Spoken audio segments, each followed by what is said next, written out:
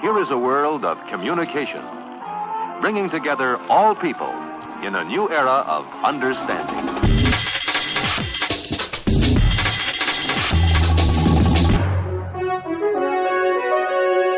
Elektrischer Reporter.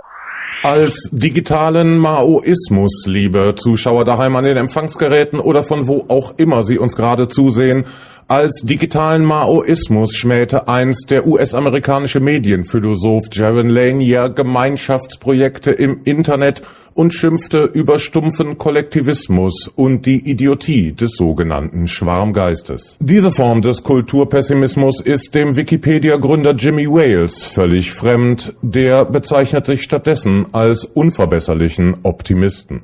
Bei aller Kritik an Faktentreue und Manipulierbarkeit der freien Online-Enzyklopädie, mittlerweile hat die Wikipedia sich nicht nur zum wahrscheinlich unwahrscheinlichsten, sondern auch zum wahrscheinlich größten Wissensprojekt der Menschheitsgeschichte gemausert und kann somit wohl problemlos die These widerlegen, dass Optimisten lediglich schlecht informierte Zeitgenossen sind. Über die Kunst, funktionierende Communities aufzubauen, über sein wikifiziertes Suchmaschinenprojekt, über seine Abneigung gegenüber dem Begriff Crowdsourcing und über dieses, jenes und anderes habe ich mich kürzlich mit Jimmy Wales unterhalten. For the Wikimedia Foundation, which is a non-profit organization that runs Wikipedia, I'm now just one of 7 board members. I've stepped aside as chair of the board to focus some of my time on other projects. Within the community, I still hold a position, within the community, particularly in the English Wikipedia. I'm very involved on a day-to-day basis with dispute resolution and discussing policy and things like that. And then also globally for policy discussions, I still remain very active in those things.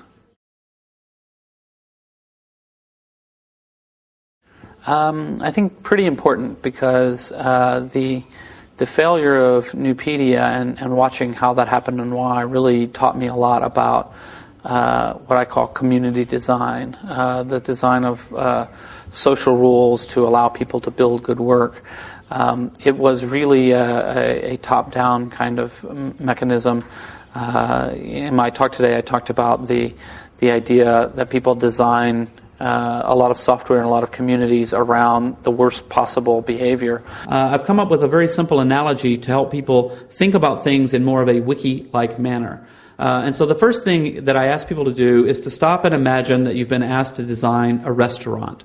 So you're going to design a restaurant from scratch, and you can do anything you like in this restaurant. You can design it however you want. And so you think to yourself, well, gee, in this restaurant we're going to be serving steak. And whenever you're serving steak, one of the things is that the customers are going to have access to knives. And of course, whenever the customers have knives, they might stab people. And so therefore, for our restaurant, for a good design, we'd better keep everyone in a cage. Well, this makes a bad society. This is not the way we think about restaurant design. And when I put it this way, when I put it this way, most people get it immediately. They say, I see what you're saying. It is true that people can do harm, but in general, we should not design our social institutions around assuming the worst. We shouldn't look for every possible bad thing that people might do and design around this. That was Nupedia, exactly. We thought of all the bad things people might do and designed a system around that. So that was quite instructive. The other thing that was important about the failure of Nupedia is that it meant that for nearly 2 years, we had a nice community of a couple hundred people who were talking about writing an encyclopedia, but not actually making much progress. But we had at least begun thinking and talking and discussing a lot of issues before we started. So we had a lot of that sort of community building, under our belts, so to speak. So it's not easy. It's very complicated, but it's also very human. It's really it has very little to do with the software. Really, it has a lot to do with people. And I wish I knew a simple set of secrets, because I think there are a lot of ways to get it wrong. I think having the right personalities and the right people involved early on is really important. having the idea that while there is a right and wrong, we need to be as flexible as we can at accepting lots of different viewpoints. And it's the way I describe it. I think the way a healthy community should work.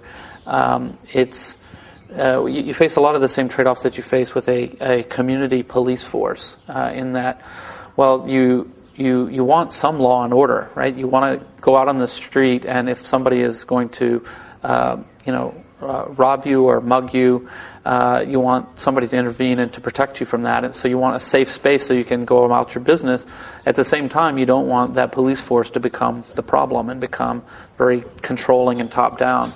So I think if you think of those terms, then you think about, well, what do I want from the leadership in an online community? Well, it's very similar. I want them to help protect me against people who are just undermining and being mean and things like that. At the same time, I don't want them controlling everything that goes on either. I want to have a safe space for dissent. You want to be able to protest without getting kicked out for protesting. So that's really the way that I approach it. Wikinews has definitely not grown as fast as any of us would have liked. I think there's a couple of reasons for that. One reason is doing live daily news updates. They have a very big competitor, which is Wikipedia. So lots of people work on current news events in Wikipedia, and so that's sort of duplicating what's going on in Wikinews. The other thing is that the software that they're using currently at Wikinews has not been the most designed for that workflow. And so that's a sort of a subtle technical problem, but the workflow of news is very different from the workflow of an encyclopedia article, and the software has not really supported that very well. So that's been a problem.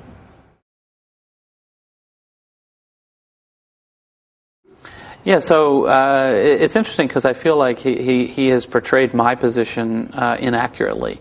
I've actually always been very much a moderate on the issue of advertising. I take a middle position. Which is, I don't want to see advertising in Wikipedia like lots of people, but we are a charity with a goal of distributing free knowledge to everyone, and money could, in some cases, benefit that. What we're doing right now is exploring other revenue options. We get enough money from donations to survive, so survival is not the question. The real question is, what opportunities are we missing by not accepting a large amount of money? There's a lot of complicated trade-offs there. So one trade-off is our public image, or our brand name, is quite good and quite strong. Despite all the controversies, people mostly love Wikipedia. And people at least understand when you go to Wikipedia and you read an article about General Motors, well, you don't see an advertisement for the new Corvette next to it, and so you don't have that question of bias that you would have. That's an important issue that I think we shouldn't leave aside. I mean, certainly taking the short-term route of saying, let's put ads in Wikipedia because we can get money for our charitable purposes, well, that sounds quite interesting, but it's really a big decision and not one that we're really going to make, anytime soon. There's no hurry.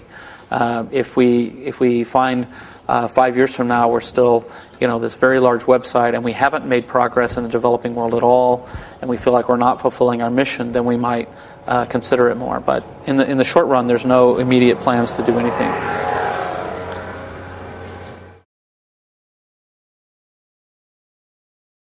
What's interesting is we see in the software world, we see a variety of different models. There's the Linux kernel, which is very much about mostly still individuals contributing. Some of them are contributing on behalf of a company where they work. Apache is really more organized, as I understand it, as a consortium of companies are all involved in it. And there is the nonprofit organization, but which is not. It's not something people think of as a charity. It's more of a trade consortium of companies who have an interest in the browser. Then we have a for-profit company like MySQL, which releases free software, and they sell services and things like that. So I think there are a lot of lessons from some of those for-profit organizations as to how companies can benefit. For me, one of the things I'm on my soapbox lately about is there's this term that's become a little bit popular in the last year or so called crowdsourcing, which I think is just a really, really bad term. I really don't like it at all. I think that anybody who's trying to move into this space and they think of their business model as crowdsourcing, they're really missing the point. They're really disrespecting their community. They're thinking of their community as being cheap employees, but volunteers aren't employees. It's a totally different set of motivations. It's a totally different world, and you really have to think of them as your customers, really. I mean, even at Wikipedia from the very early days, I talked about customer service, meaning people come and they want to write for the encyclopedia. That's a customer to us as a community, as an organization, to say, this is somebody we need to treat very well. I've been told that's a very American way of looking at the world, is that treating someone like a customer means be nice to them. I don't know if that's so American, but I think that crowdsourcing ideas really can be poison for people if they're thinking in that way. If you were doing something like, running a bowling alley, and you imagine that, well, what we're going to do is we're going to produce bowling, and we're going to produce it very cheaply by crowdsourcing and letting the general public come in and produce the bowling. Well, this is it makes no sense, right? That's totally wrong approach to thinking about what you need to do to have a successful bowling alley. What do you need to do is you need to think of the people who are coming in to bowl as your customers, and that you need to provide them with the services that they need to enjoy themselves, which means you sell them beer and hot dogs. You don't say, well, we won't have beer because we know that every time there's beer, the quality of the bowling goes down, right? That's not what you're in business to do. You're providing a place for people to do whatever it is they enjoy. And the crowdsourcing model would say, well, yeah, don't give them that. Yeah, they may enjoy it, but it'll cause the work to decline in value. Well, no. What a lot of people are missing there is the real ideas of community. That people come to your website for something like that, right? They're not there to do work for you, right? They're happy if there's some byproduct which is beneficial to other people, but generally people want to go online in a situation like that and make friends, and even they don't think of it this way, but they want to make enemies in some cases. I mean, you want to find somebody you disagree with and hopefully have an enjoyable and respectful sort of tussle with them. All those kinds of things are what people are interested in doing, and a lot of websites around Web 2.0 world are really missing that. Others get it quite well. I'm a big fan of Flickr, for example. That's not, people don't go there to argue, but they do a good job of thinking about, not how do we make our pages better for the general public to see ads. They think about how do we make our site better for people who want to upload photos and share it. So they think of that as their customer. So I think it requires long-term thinking, not short-term thinking. Right now we're in the very early design stages, so a lot of the questions are very much up in the air. This is the cover of a magazine last month in the U.S. It has my picture. It says Google's worst nightmare. I'm not so sure about that, but my mother bought 10 copies. So anyway, that was fine. There are certain principles that we've set into place to guide the work. In terms of the actual functioning, what we're currently envisioning is basically 3 levels of participation. One, in terms of the algorithms, the actual ranking algorithms. That's an traditional open source software project that programmers can participate in and share in and help us out in lots of different ways, release their code for other people to use and so forth. But that's participation only by programmers. It's not something that the rest of us can do. Another level of participation would be people just coming to the website and giving feedback with thumbs up, thumbs down, ranking, were these good results or not? Is this a quality website or not? Rank it with your toolbar, those kinds of things. Very limited interaction, not so much community participation, but just giving feedback in various community-like ways. And then finally the community participation, which would be the area where there'll be the most similar to the Wikipedia community with a network of trusted people who are doing, if we can make it enjoyable for them, doing different kinds of editorial work to guide people in various ways. So those are the three broad ideas, and the details of how we work that out is just really very much up in the air right now. So my most optimistic view would be that we see more and more community participation under open licenses, which enables a culture of sharing and participation, where we have a very diverse participation from lots of different kinds of people. We avoid certain kinds of top-down control, which I think are unhealthy, and so that's the good side.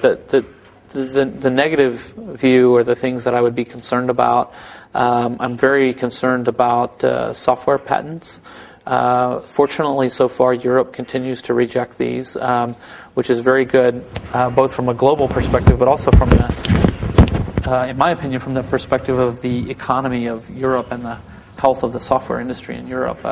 Certainly handing control of your industry to the large American companies that would dominate very quickly, it seems like a bad idea. But even more than that, I worry about patents, because the way that they are implemented, they really pose a threat to creativity. For something like Wikipedia, just because we invented it ourselves doesn't mean somebody didn't invent it 6 months prior and prevent us from using it. It becomes very hard to have free software, open sharing culture, when so many different things can be patented. And the reason we have patents, the beneficial reason to have patents, is to encourage innovation. I see no real problem with innovation in software right now that's not being, we have copyrights which do enable proprietary software to get returns. We have broad open communities which are quite creative. So if my concern would be that patents will put a dent in this whole movement. And then there are other things, we would hate for the internet to end up like the mobile phone space, where the carriers still have just a stranglehold on innovation, and so many people have very obvious ideas about cool stuff you could do with a mobile phone that you just can't do right now because the platform's so locked down, nobody can actually do much with it. We wouldn't want to see that spread to other areas through DRM and things like that. So I'm not too worried about that stuff, though. That's the nightmare scenario. I'm so optimistic, I don't see it happening. Der Optimist hat nicht weniger oft Unrecht als der Pessimist, aber er lebt fröhlicher. Signierte einst der ungarische Clown Charlie Revell. In diesem Sinne stellen wir ganz fröhlich und optimistisch eine kleine Frage in den Raum. Was ist eigentlich Web 2.0? Web 2.0 ist, wenn du vor lauter Blogstammtischen nicht mehr zum Bloggen kommst.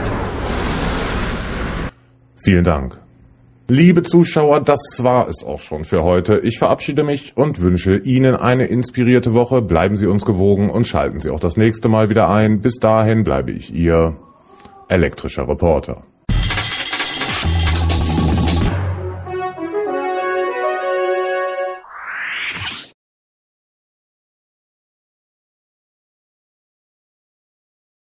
Was uns taub machen könnte gegen den Lärm, ist die Antwort auf die Frage, ob es Fortschritt gibt. Wenn ja, dann ist im gelebten Moment die Möglichkeit eines individuellen Wirkungsquantums eingeprägt, das auf ein Omega hinstrebt. Daran scheitern ist fruchtbarer als jeder Erfolg.